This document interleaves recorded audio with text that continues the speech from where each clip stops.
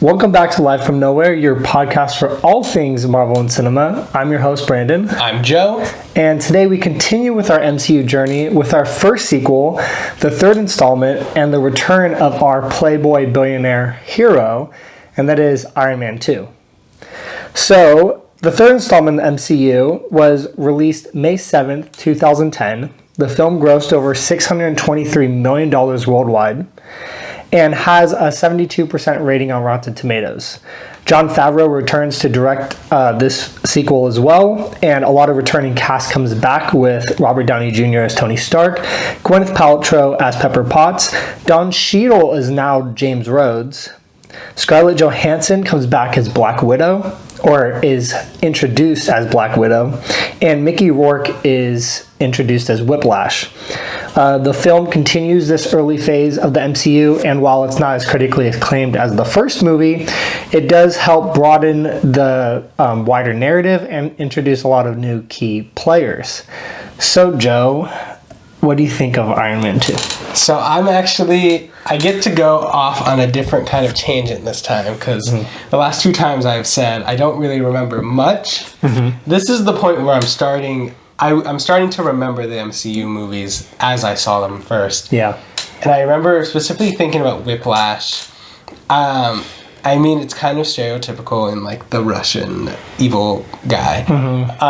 But I remember being, like, really interested in Whiplash. I specifically remember that whole NASCAR scene where Tony's driving and all that. Yes. And I think all of that made it stick in my mind a lot more. So I don't really remember it in theaters per se, but I have these memories of being really enthralled in each of those scenes. Yeah, you bring up the big, I think it was F1 race that Tony was in. Sorry, F1. I don't know. I could be very wrong. I don't know. The race that Tony was in, that's the big scene that catches, that I remember the most. I don't remember seeing this in theaters.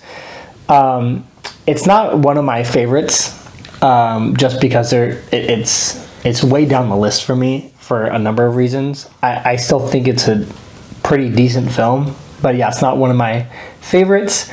And we do get some new characters here, which is interesting for the greater MCU. But yeah, it's a lot coming back from the first Iron Man film. Yeah.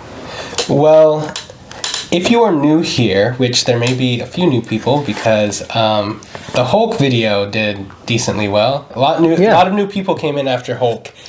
So going over what we're going to be doing today, we are going through each of Marvel's movies to determine if they are the gold standard of comic book movies or if they fall a little bit short in the portrayals of their heroes.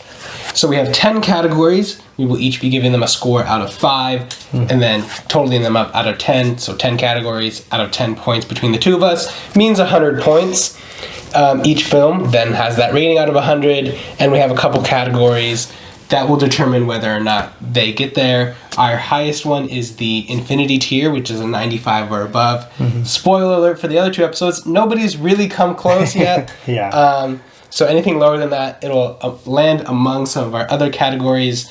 And as Brandon likes to say, these categories are subject to change. We'll probably do like a retrospective on phase 1 and see where everything landed and see if we need to change. But for at least phase 1 of the MCU, that is our grading scale. Yeah. So we're going to get into it. But first, we're going to roll the intro.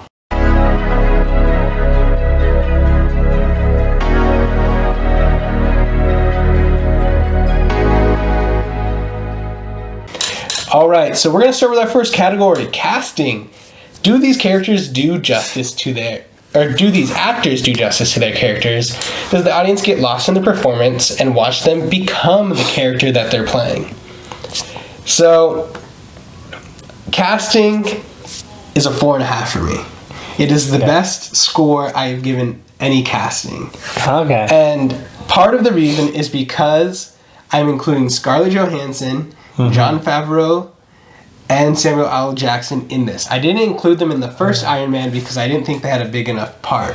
Yeah. But this is the first time where I feel like they had a somewhat prominent presence. And I think you can also put Clark in there as Agent Coulson. Mm-hmm. And if you add all those people, it's hard. It was really hard for me to not give it a 5. 5 was a heavy consideration for me. But Mickey, my man Mickey, and he hates the MCU. He absolutely hates the MCU. He says they don't let actors act, and he said that they cut off all his good scenes and all that. So if he's to be believed, it's not his fault. Yeah. But I just feel like his performance left something to be desired. I remember thinking, was it when his dad died and he just like looks up at the sky and he goes, ah. Yeah. It's just so, it's like really funny. Because it's kind of bad. So I think that docked it down because the villain wasn't the best casting. But you have powerhouses with all those secondary characters.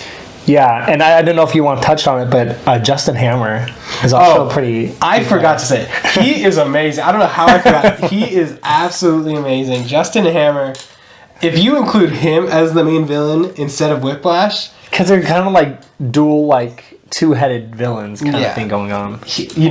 Justin Hammer's so good, and I really hope that Armor Wars has been rumored time and time again, and they say they're doing it, and there was a show, and now it's a movie, and whatever they do with Armor Wars, I really hope that comes to fruition so we can see Justin Hammer again.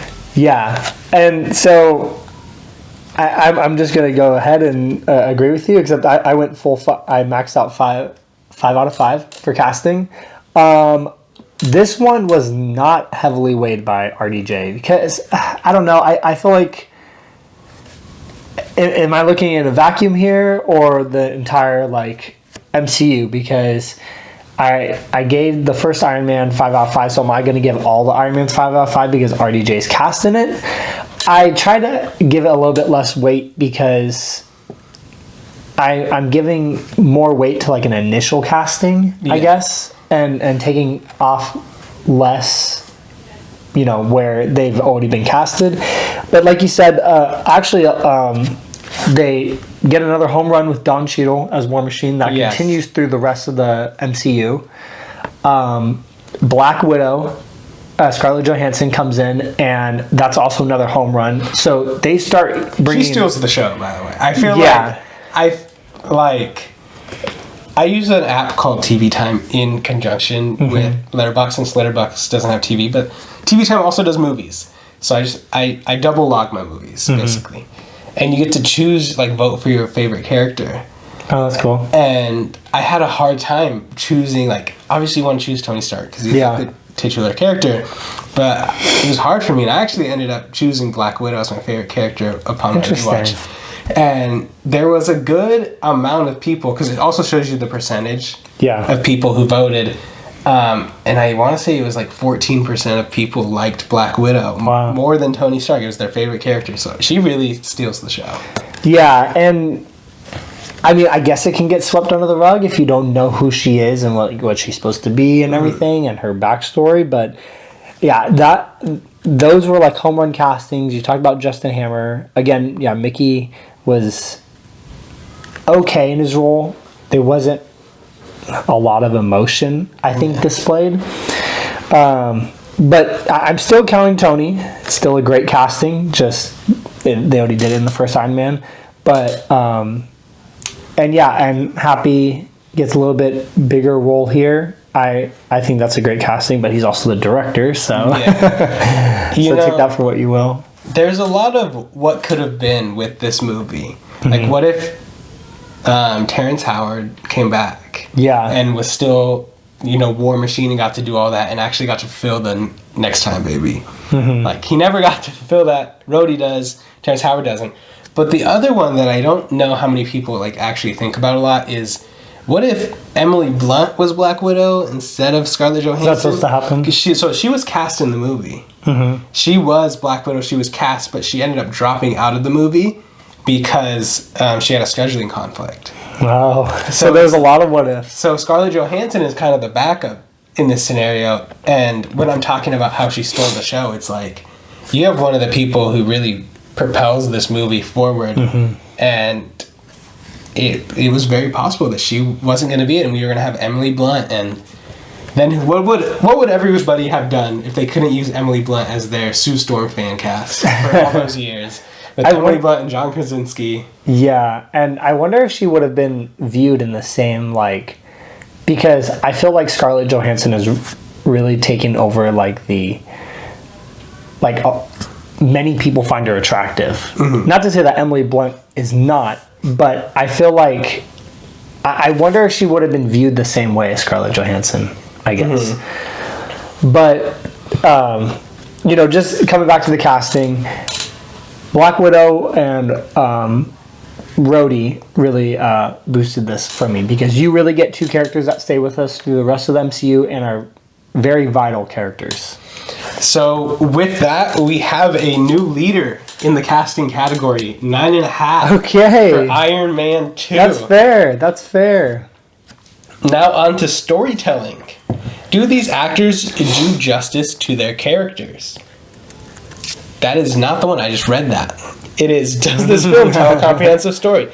Is it easy to follow, or will general audiences get confused by the story it is trying to tell?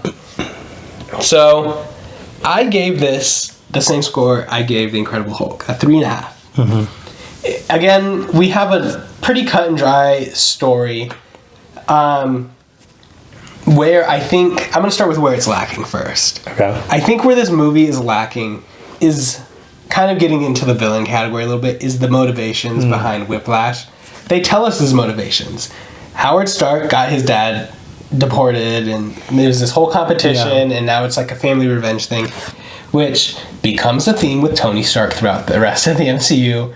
There's like the meme that all the MCU villains are related to Tony Stark. Mm-hmm. But I feel like that was lacking development. But I also, again, I'm getting into kind of other categories, but it's hard because they're so defined with one another. I feel like Tony took a step back from where we saw him at the end of Iron Man to where he gets here. It's a step back. They say the reason why, in terms of him like dying and he thinks there's no hope, but I feel like they could have done a lot more with specifically that aspect, because you see what they can do later on in Endgame of like Tony is devastated by his failure. Mm-hmm. I think you could play with a lot of emotion of Tony's dying, but I don't think they really dealt with that super well. They just made him like become a drunk and was just kind of screw everything. But I think there was a lot of development, a lot of different ways they could have gone with that maybe would have helped develop the story a little better than they did. Yeah, I completely agree. And I didn't actually think of it in that way. So I went with a 3.5 on storytelling. What lacks here for me is I'm starting to get a little tired of the cut and dry. Like, we have 2 movies. This is going to make it 3 now. We can start to explore a little bit more, but the stories still seem very linear, digestible, and not that complex. Yeah. And another thing that brought it down was, I guess, the lack of a true villain. It feels like 2 somewhat minor villains that come together to like form a greater power. But yeah, it's not that a linear story is bad. It's just in my opinion, we can start to expand the story a little bit more and start to get a little bit more complex. So that's what hurt it for me. What boosted it, or I guess, like, instead of bringing it all the way down like a 1, what brought it back up to like a 3 was what you were talking about, was we are starting to see a really great subplot of Tony, which is Tony dealing with his own mortality. And it's not really PTSD yet, but that gets played with later on. Mm-hmm. But yeah, definitely his own mortality and I'm not supposed to die right now, and we saw how he handled that, which wasn't well at all. But this I see as like the catalyst of everything going forward, because there's many films going forward. There's like Iron Man 3, there's Civil War. All these extreme measures where Tony is trying to create so much security to defend himself. And honestly, it probably goes back to the first Iron Man film, just this fear of death that was struck into him, and he's been trying to manage that ever since. So I really loved that storytelling, but much of it was very lackluster, and I'm starting to bore of it a little bit. So yeah, I gave it a 3. So that makes Iron Man 2 our lowest rated storytelling category at a 6.5. So it comes a full point behind Hulk. Okay. Next up, let's see if I can get it right this time. Character development. Do these characters grow throughout the story? Do the lessons these characters learn change them? So I touched upon it a little bit already, but I didn't necessarily love how Iron Man took a step back. Yeah. Just because I think narratively it wasn't justified, or it wasn't as justified as it could be. So I only gave it a 3.5. I do think the development towards the end ends up becoming really, I think, fulfilling a little bit of like him stepping up, the like whole relationship with specifically Rhodey. I think they played with Rhodey a lot better this time. Mm-hmm. And you also have like the beginnings of kind of Tony's, maybe not the beginnings because you had it in Iron Man 1, but the beginnings of kind of full disagreement with the government, which of course will progress and do almost like a 180 in Civil War. Mm-hmm. So you have like these seeds being planted for other moments of character development, other changes for Tony to learn and adapt. But you also, I think, have all these other side characters that have really good development in terms of like, I think Rhodey was another breakout star of this, of like, he's kind of starting to go a little bit more against the government. Of course, he like covered for Tony in the first movie, but you have almost full out defiance now, and he's becoming his own like strong character. So I think that's really useful, both for narrative storytelling in other movies, but just also for the audience to kind of connect a little bit more with Rhodey. Yeah, I like a lot of those points, and I meant to touch on that point that you were talking about, which was Rhodey. Rhodey's a much bigger part of this movie. There's just more life to his character. He's not like he's still a high-ranking official, but he's still like Tony's best friend, and it shows like, oh, I'm not just gonna let this happen. I'm gonna put on this suit and, you know, knock you out if I have to. And I kind of talked about this a little bit, but I went ahead and gave it a 4 out of 5. It was kind of bleeding into my storytelling a little bit, but I kind of always spoke about it. We're beginning to see this fractioning of Tony's character. And I really liked what you said was, it almost felt like, oh, we have way more to do with Tony. We can't have him getting this close to finishing his arc just yet. Mm-hmm. We're going to pull it back a little bit. So in the very beginning, you see him being very like outspoken and a little narcissistic with his like celebrity lifestyle. Mm-hmm. So definitely going a little step backwards. Like, oh, we have more to do with him. But they're playing up what I already talked about, which is this fractioning of his like his mortality, I guess, and how he views himself and what is really important in his life. We saw him bring back his dad's expo, which eventually gave way to him creating the full arc reactor that won't kill him. So yeah, I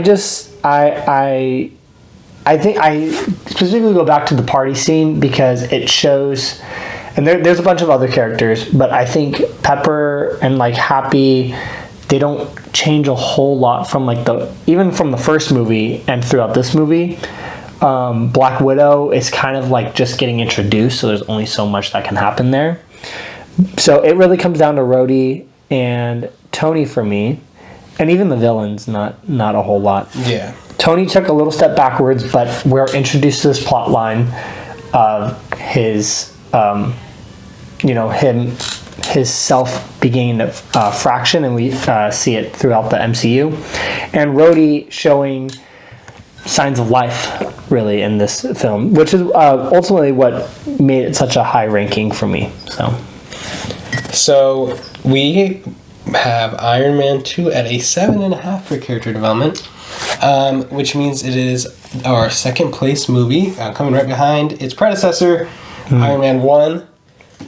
So that has an 8.5, so only a point behind it. It's challenging it a little bit, but alas, it falls a little short. So we're on to action. Are there fight scenes that you will always remember? How are the powers of each character showcased?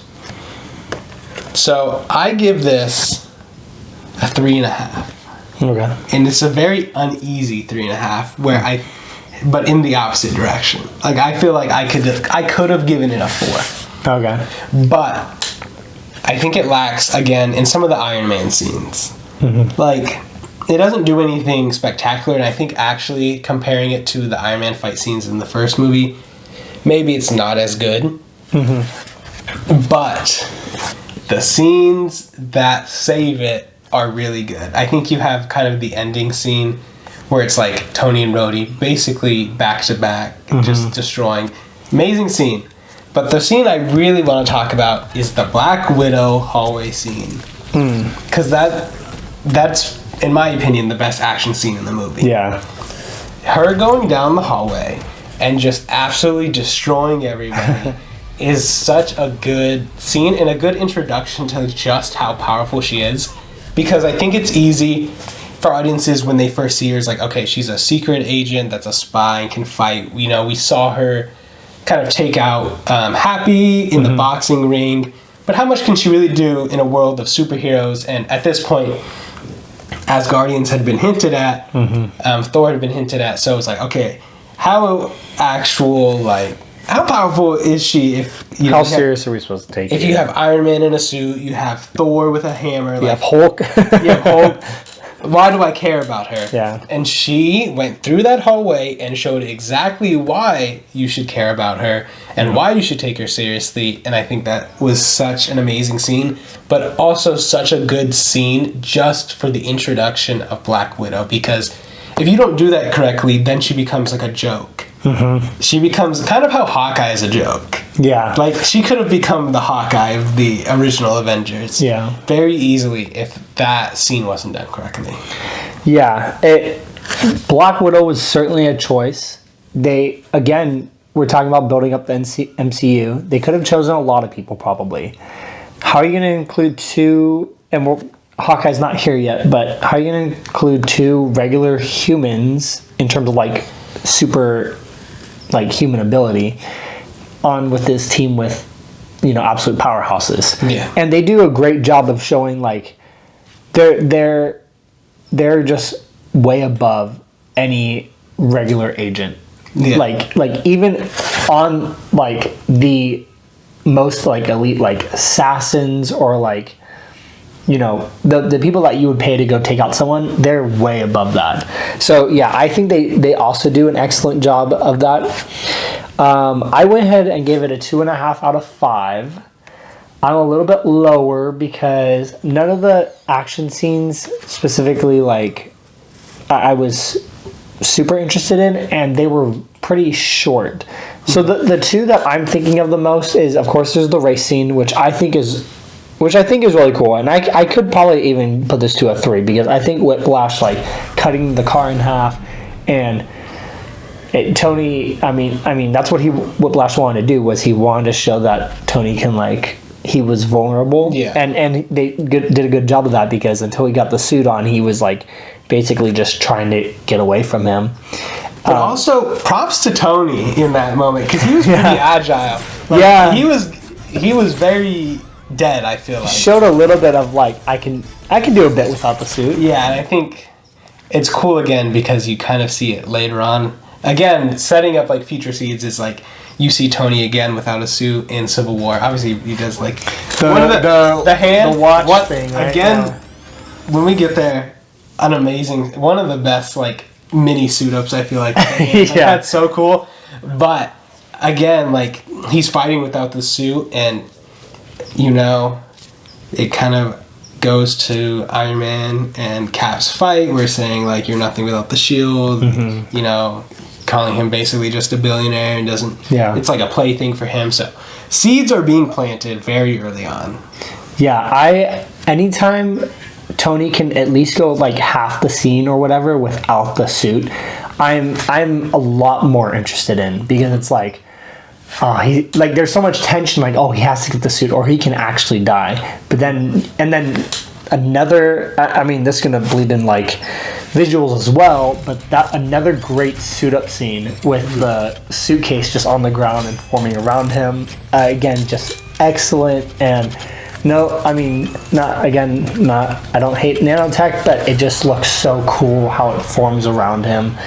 Those are some of my favorite parts of the MCU, honestly. But yeah, that fight at the racetrack was great. It didn't really feel that long, though. And it felt like it ended pretty quickly, and there isn't a whole lot of action, I guess, in most of it. There's like a lot of dialogue. It's similar to the first Iron Man film. Yeah. And I want to talk about the last scene where they're kind of fighting like all those bots. Yeah. With Rhodey. That's probably my favorite scene in the whole movie. I know you really like the Black Widow scene, which I also think is great. Yeah. I really love when they're both in trouble and decide to do the repulsor beam on each other, which I think that's just such a cool move to ultimately like end the fight in a way. But I thought that was super cool. But yeah, they're just not a lot of action scenes here, and they're relatively short. But those few do, bring it to like a 5, which is kind of like my average in a way, even though I consider more of a 7 an average. But yeah. I don't know, my scale's weird. So with that, Iron Man 2 ties with Iron Man 1 for our lowest score in the action category, so Hulk is still holding strong. Moving on to the villain, who we have discussed a little bit already. Yes. How memorable is the villain? How much sense do their motives and actions make? 2 of them. Yes. So, I gave it maybe a controversial 3.5. Okay. And I would say Justin Hammer carries it. I actually came in, I had a 2.5. Mm-hmm. And then I remembered, okay, I can put Justin Hammer in this category, and I bumped it. Mm-hmm. Justin Hammer may seem like your stereotypical rival, almost like how Obadiah was, like rival, I want to make money. Arms dealer sort of thing. But he's so charismatic in his portrayal, but also like all his failures are like very apparent, where it's almost like he's like a literal clown, where it's like, how can you be this bad of like that guy's like snapping his spine in his suit, or Rhodey goes to the final scene and tries to launch a missile and it just falls flat off of him. And Hammer Tech, I think, is shown to be a joke, even though he has all this kind of money and power and stuff, but he plays it so well, breaking Whiplash out of prison to have like this expensive dinner with him. Everything he does is done really well. Yeah. And so I really like Justin Hammer, and I really hope he comes back, like I said before. On the other hand, you have Whiplash, who actually, again, kind of falls flat for me in terms of his motivations. I understand his dad was, like, betrayed and stuff, but it's like, all he said is, like, you betrayed my dad, and that was his motivation. You will pay. But also, they played him like a very stereotypical Russian guy, whereas like they didn't really let him do anything because he couldn't speak English, and all he said was like, I want bird. Yeah. Give me bird. Yeah. Like, let him do something, even if it's like he doesn't speak English, let him act or something. And I don't feel like he really got to show the full kind of story of Whiplash, which, if you ask Mickey, again, he hates the MCU, but if you ask him, he said that there is like a Killmonger-esque story to Whiplash that he portrayed, and it just ended up getting cut.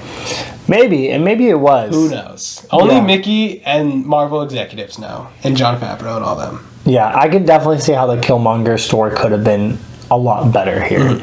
But yeah, I'm also a little bit lower. I think I was a lot harsher. I don't know if it was fair or not, because I'm getting a bit. These movies are kind of a little average setting up the MCU, and I'm ready to get to like the ones I will hype up like there's no tomorrow, honestly. And we are getting there, but yeah, I think I'm a little bit harsher. I went 2 out of 5. You kind of I do really like Justin Hammer. He's got like almost like I'm one step ahead of you sort of a thing, even though he might not be, but that's how he presents himself. Yeah, he thinks he's one step ahead. Yeah, and actually 2 steps behind. I do like the dynamic between him and Whiplash, because they kind of have a Whiplash is supposed to be like the muscled operation, Justin Hammer is supposed to be like the brain. That's the kind of like the dynamic I was getting from it. But yeah, it's kind of like two villains that didn't need to be the main villain, and they're kind of like melting into one villain that Tony has to go against. So I don't know. There's just a lot to be desired here. Justin Hammer is great. I do hope we see more of him, because his character was just really well done. But Whiplash is very just an average villain for me. So the villain category is at a 5.5, which makes it the lowest rated of our 3 movies so far. So on to world building.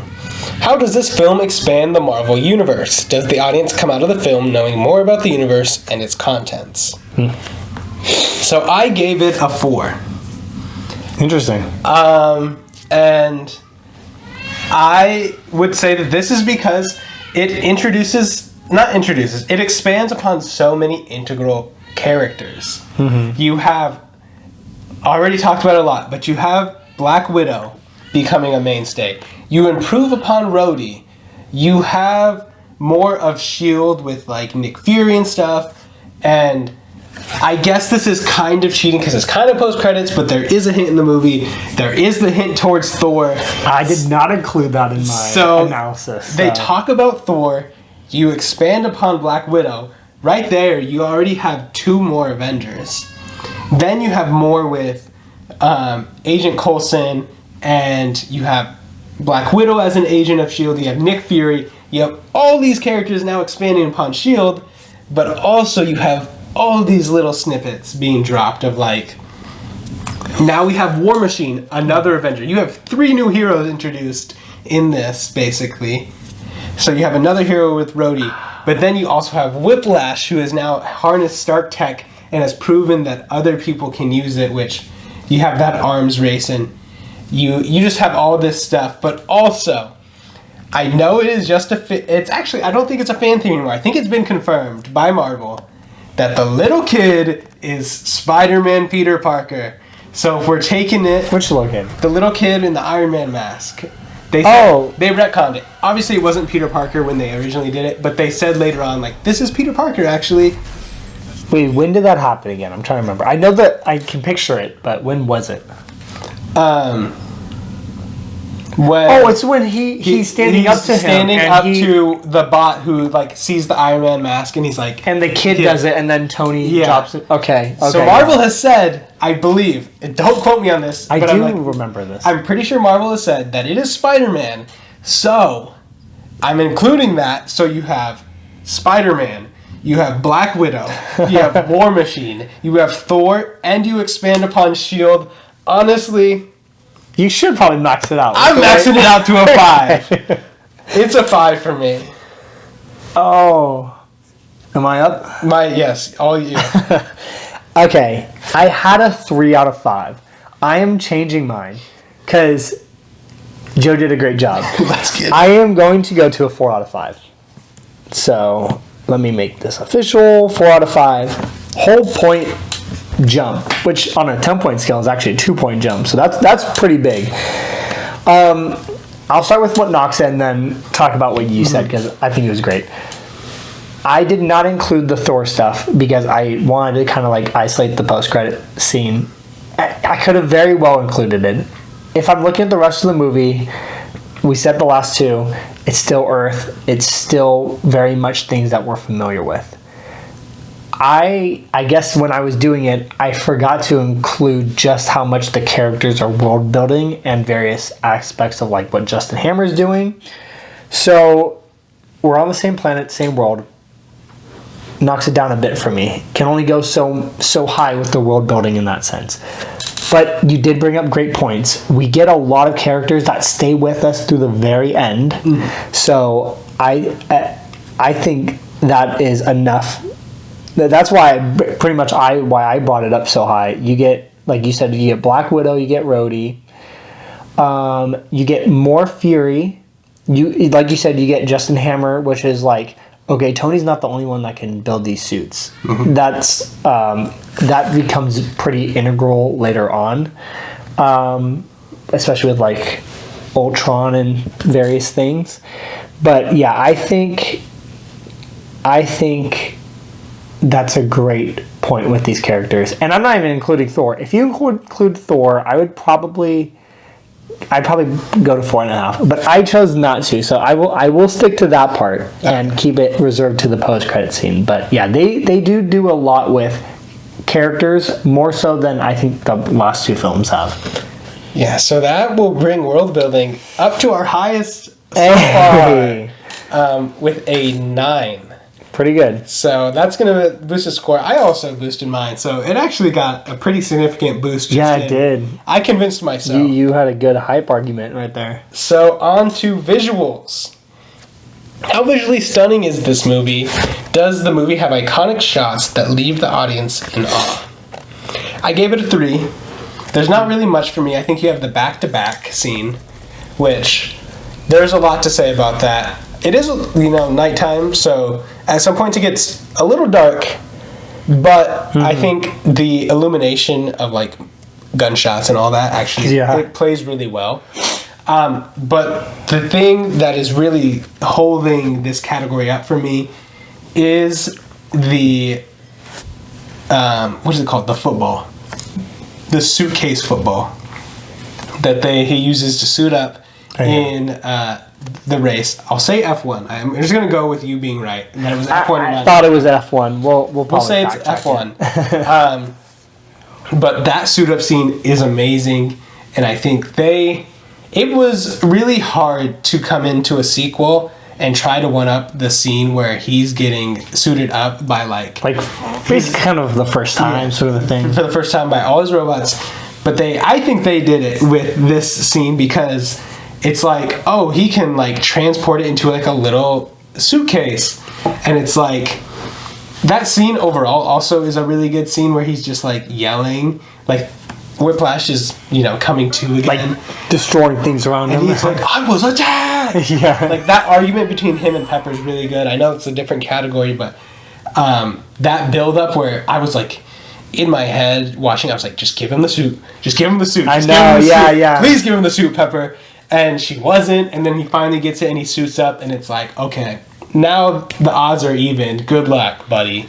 Get ready to learn Chinese, buddy. Yeah. I'm going to just start with my score. I gave it 4 out of 5. I'm a little bit higher because that scene holds a lot of weight for me. And I think, again, like some of the visuals with War Machine and Iron Man tag teaming at the end is really great. The race itself, I thought was also great visuals. Like before the attack, I thought there was some great visuals going on there. I thought like the opening scene where he lands on the stage with that whole, like at that expo, I thought that was like great cinematography and great showcasing of like the, what does he say? It's like, oh, it's great to be back, sort of thing. Yeah. And just that whole scene, you felt very like swept up in the moment. So I think the visuals did great there. Yeah, but again, what this category comes down to is those suit up scenes. They start to play with it here, all the fun ways Tony can suit up, and they do it in so many interesting ways going forward, like a number of ways. And I think, and I'm going to draw a parallel here that Tony is very similar to Bruce in like the respect of like, okay, I'm very vulnerable when I'm not either this monster or have my suit. Yeah. Like, I might die. Please either Hulk out or give me my suit. So, and I love those moments. It reminded me a lot of the Zombies What If episode. No. Where Bruce just runs out. He's like, it'd be really nice, if you would be the nice guy for a change. And then he runs in and then eventually Hulks out. I just love the vulnerability and how much it shifts just by either, and I'll talk about Tony now, just by having that suit, because it's like, okay, that guy's probably cooked now. Yeah. Now that Tony's in that suit, I just love that power shift. And it's probably why I love the Hulk so much, but I really love that dynamic. So those suit-up scenes and some of the scenes I talked about is what brings it to a 4 out of 5 for me. So that makes it, unfortunately, our lowest rated movie of a 7. So it's still a pretty good score. We've rated visuals pretty high on the other ones, but it does come in 3rd place. Now on to soundtrack. Does the score of the movie help advance it? How has it left a lasting impression in your mind? And I'm actually going to let you take this first. Okay. Because I know I have a little preconceived notion. Okay. I gave soundtrack a 1.5 out of 5. I am, once again, very low. These first 3 movies don't have much going on. The Iron Man films tend to lean into the rock and roll aspect, like the first one, which is fine, and I think it's very fair for Tony and his character. I just personally don't like rock and roll that much, so I am naturally not as interested. And Joe can correct me if I'm wrong, I don't remember any notable songs like that were part of the soundtrack, unless Joe's hiding something up his sleeve. Again, I don't remember any super iconic scores. The repulsor and suit up scenes and like the sound effects are always great, which stops it from, really bottoming out, because if you don't have any iconic songs and you don't really have any iconic like scores or like hero themes, it hurts it a lot in this category for me. And yeah, sound effects will help save it a little bit, but yeah, that's kind of why I've been so harsh on this category when compared to the rest of the MCU, because there's some really, really great stuff out there. So yeah. I disagree. I gave this category a 3.5. I think it is the best soundtrack out of the 3 movies so far. To war. So I also like rock and roll more than Brandon does. Yeah, no problem. Full transparency, I have a playlist on my Spotify that is titled Tony Stark's iPod Nano. Okay. And it has, I think, four songs from this soundtrack. I'm wondering if you're going to convince me right now how much, because this is where I feel the strongest, so I'm wondering how much you'll be able to convince me. You have Shoot to Thrill, you have Back in Black, you have Highway to Hell, and there's one more. Let me pull it up. And you have Thunderstruck, which, again, Thunderstruck, I think out of all the songs, are the most iconic for Tony Stark specifically, but Shoot to Thrill is also up there. Highway to Hell is not as prominent, but it's still, like, it was good. I didn't remember it being in this movie, and then I, heard it, and I was like, oh, this actually is pretty good for, this scene. So you have, I think, those 4 songs that, admittedly, I do listen to regularly, and I don't just listen to, the AC/DC album. I go into the Iron Man 2 soundtrack, and I add the one... It's gotta be from there. ...that has the picture of Tony Stark and War Machine on it. And I think those are really good songs, and I think the rock and roll really plays really well into it, and I think rock and roll becomes such an integral part of Tony, especially when you think later on with Spider-Man, and he gets to choose the song, and what does he choose, and he says the wrong artist, and you have all that.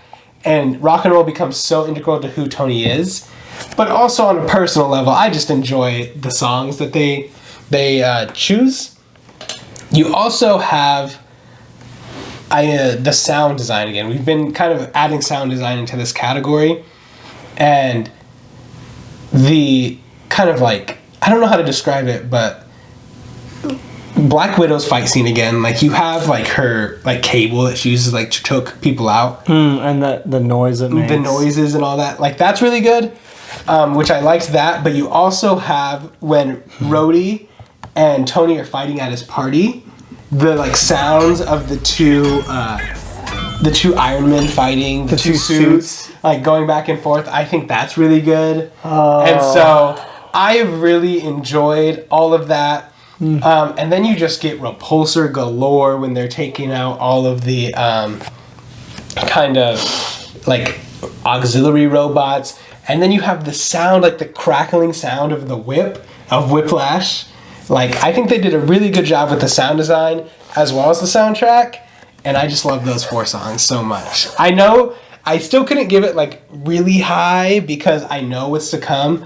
Again, to like kind of spoil the future, you know, Endgame, Infinity War, I think even some of the Captain America could be argued, but especially the Black Panther soundtrack, it's up there. Oh, Guardians, like you have some that are up there, so I need room, but I do like the soundtrack. You don't even need a great soundtrack, but if you can have iconic scores, that will also help. Yeah, I am willing to boost it up, but I'm currently gauging it. Can you, I do know those songs are in it. I do remember now. Can you remind me where they were at so I can picture the scene, if you can recall? Yeah, I mean, you have some where like... Is one during the expo when he flies down? Yeah, so he has the flying in the expo. Dang it. Because you love the expo. Because I love that entrance now. Because I can picture the song with it, and I'm remembering. I don't know. I want to say it's either Shoot to Throw Back in Black that are there. I want to say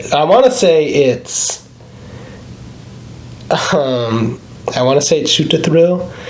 We're just gonna get some YouTube. Oh, that's so loud. That's so loud.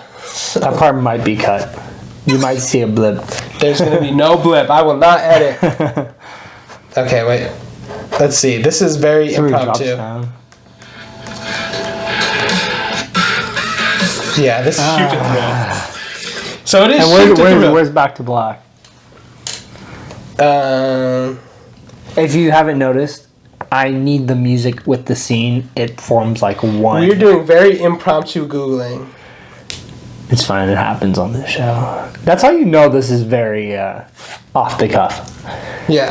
Actually, scene's not coming. We're not like those fake. It's listed on the soundtrack, but I can't find it. I can't find it readily available. It's fine. It's on the soundtrack. And it may just be a credit song, but I'm not 100% sure. Man. Shoot to Thrill is the opening scene of the movie. Okay. I will go. What'd you give it? I gave it a 3.5. Man. Okay. I will. This might be my biggest boost so far. I will go 3 out of 5. Ooh. I will go 3 out of 5. Bump. I forgot a lot of stuff. Sound effects are a big part of it, and I really did love the ones that you talked about, especially when you had the 2 repulsor beams, hitting each other and then that blast. And there is a reason why sound effects are included in this category, because there will come movies.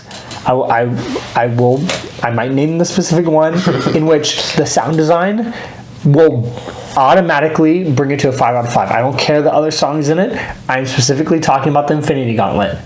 I have loved the noise, the sound of the Infinity Gauntlet forever. That will max it out immediately for me, because I think the sound of it is just, you feel the power of it, and how it really just how the size of the power in that gauntlet. So yeah, sound design is huge for me. The repulsors, especially the repulsors blasting off each other, Whiplash's whips, I think are all great sound design. And You named 4 songs, right? Mm-hmm. It's way more than the other 2, so yeah, this definitely has to be the highest one of the 3 so far. Yeah. So, spoiler alert, soundtrack is our new leader. This is our new leader in soundtrack. But it didn't matter whether or not you boosted, because my score alone, unless you gave it basically a 0, I think it was... The highest is 4. Because other ones were so Yeah, low. Iron Man 1 had the highest at 4. I gave it a 3.5. So you just had to give it at least or 1 full point for it to become our new leader. Yeah, but now it has a stronger lead. I'm wondering how long it will hold. I don't think... I know what movie's coming next. Yeah, I don't think it's going to last more than this episode. We'll get to it at the end, but yeah. How many categories we have left? We have 2 more. So on to here we go. The post-credit scene. How excited does the post-credit scene make you? Is it worth the wait, and how does it set up the future of the MCU? So, I gave this post-credit scene a 4.5. I don't think it's the best of the best, but I'm letting my bias trickle in a little bit. Thor is my favorite of the original Avengers. Oh, I was going to say Doctor Strange. Yeah, I thought, is Doctor Strange your favorite? He's up there. Doctor Strange, I would say, is on par with Thor. But Thor's your favorite of the original? Thor is my favorite of the original Avengers. And so him being hinted at already puts it up there for me. And honestly, I could have knocked it down for kind of the laziness of the post-credit scene, because it doesn't really add to the... It's not like it's bonus. The first 2 were bonus. Like bonus footage. Yeah, bonus footage wasn't part of it. The Iron Man 2 post-credit scene is just a cut-down scene from Thor that, like, it's in the Thor movie, more or less. Yeah. So that, it's a little less creative than the other ones in that sense, but it's Thor. I love Thor, and it's also like, you know, that whole thing, it kind of sets up the whole drama of it from the start, and so I really like that. But if I'm being honest, the 4.5 mainly comes from the fact that it's Thor.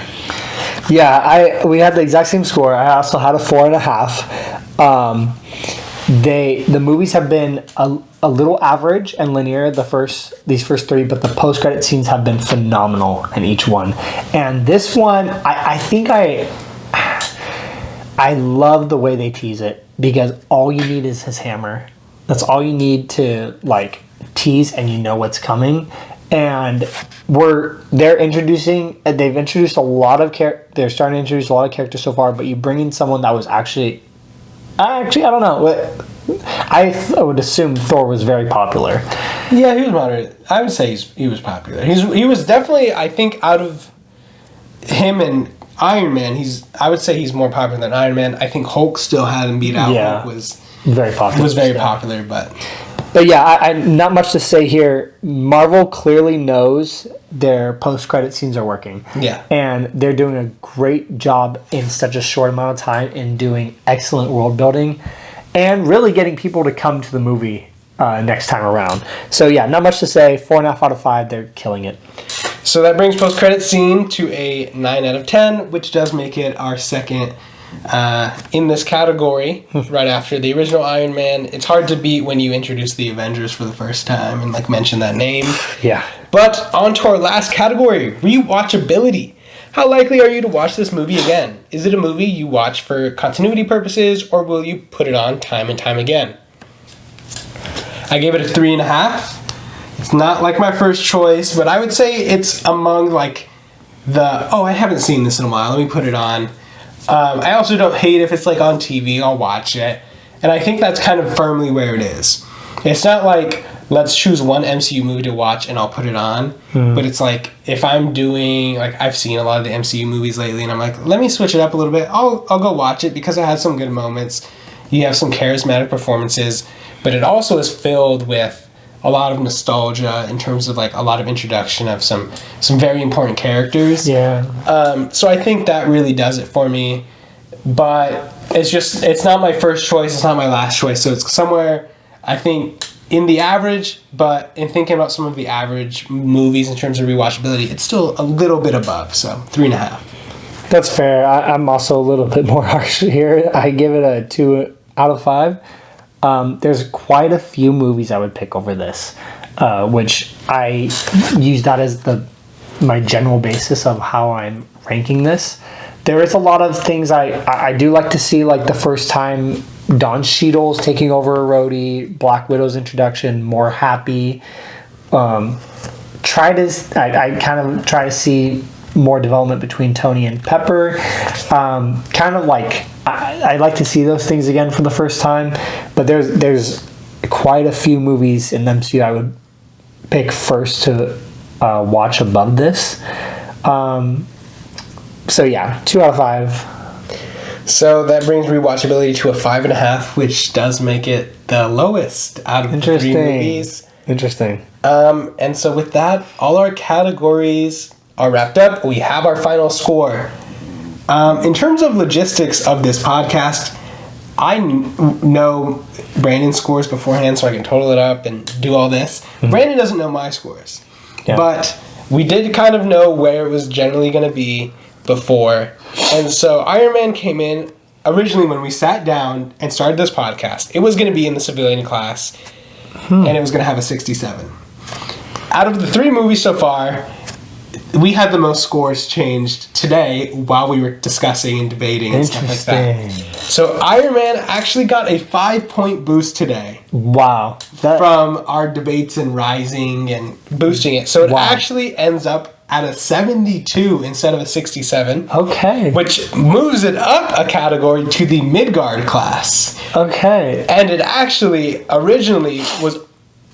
if it was going to be a 67, it was going to be a full 8 points behind Iron Man 1. But now it is only 3 points behind. And so, a very, I would say, deserved, because it was mainly me arguing for it. Yeah, so you made good points, though. But also a very surprising jump. We haven't had much movement within the debate category for us boosting our scores, maybe like 1 or 2 points, but a full 5 points makes it our biggest riser so far. Yes. So, but that ends it with a 72 in Midgard class, which does make it number 2 out of the 3 movies that we've reviewed so far. So still behind the first one? Still behind the first Iron Man. That's fair. I think it feels right. I think either Midgard or civilian class would have made sense. Mm-hmm. But here we are, 72. How do you feel about that? I think I've expressed enough of how I felt about these first 3, but they're all pretty average when you look at the greater MCU. I'm not upset at all with any of the scores. I think it's very fair. I'm ready to get to some of the ones where I wonder how our scores will affect it when I believe it's a really great movie. Because that's when I'm going to really question our, tier system and see how we have to adjust it. But they're landing kind of where I would expect. Of the 3, this is probably my least favorite of the 3. Mm-hmm. And it's one of the lower rated in the MCU as well. Yeah. In terms, of all its ratings on various websites. But yeah, it's probably my least favorite of the 3. Doesn't mean it's bad. Just means it's okay. I'm ready to get to some better stuff. I apologize that these first 3 are actually not amazing. Like blow the roof off. Like what is coming, down the hatch later on. We can see an Avengers movie when we close our eyes. We can see it on the horizon. Yeah, there will be moments of sheer excitement, and I will be hyping up things.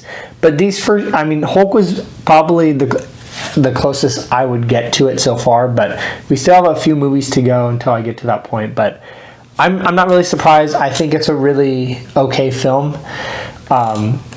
So yeah. Yeah. So with that, this episode comes to a close. Mm-hmm. So we do obviously have the next MCU movie coming up. And we'll keep going in the category. But we also will have 2 bonus episodes coming out this month. Mm-hmm. So Brandon is going to Comic-Con. So we will discuss Hall H, what happens there with Marvel Studios' return. Talk a little bit about how we feel about that. Obviously, the Agatha trailers come out, and we haven't really discussed it, but that may be a chance to talk a little bit more about Agatha.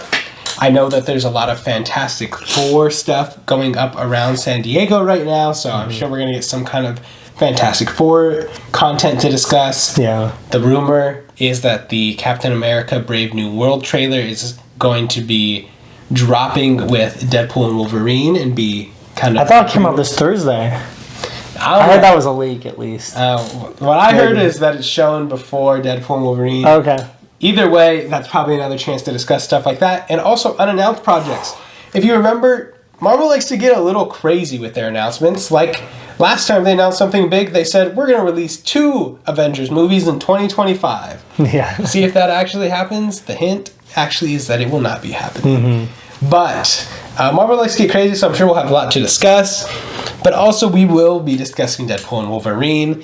Obviously, we've talked about how that affects the MCU. The kind of tabloids have been putting out that this is the first full-blown introduction to the MCU's X-Men. Obviously, we have Kamala Khan, we have Beast, who we've seen, but this is going to explicitly talk a little bit more about the X-Men. There's going to be a lot to discuss, I'm sure, a lot of variant stuff.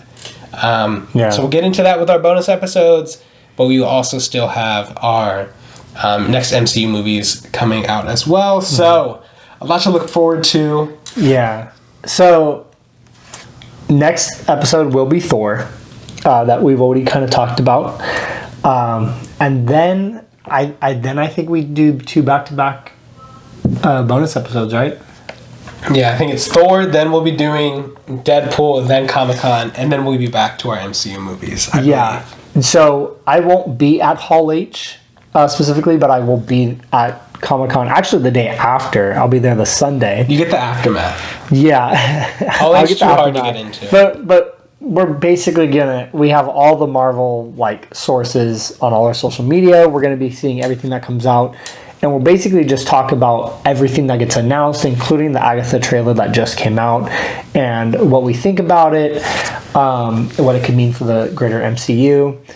And yeah, I'll basically just be seeing what kind of Marvel stuff is there and getting footage at Comic-Con. And then, of course, the only Marvel movie this year is Deadpool and Wolverine, which is supposed to have major implications. They've only shown like 3 minutes of footage from the entire thing or something like that. So. Apparently it all comes from the first 40. Again, they're being very secretive, so we're going premiere night because there's going to be some big stuff in this. Yeah, I also don't want it to get leaked, so. Yeah, it's when you see the Hugh Jackman and Ryan Reynolds coming out with Don't Spoil the Movie, there's going to be something big happening. Yeah. So.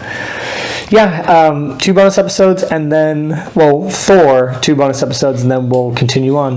All right, so we'll see you guys next time. Thank you. Peace out.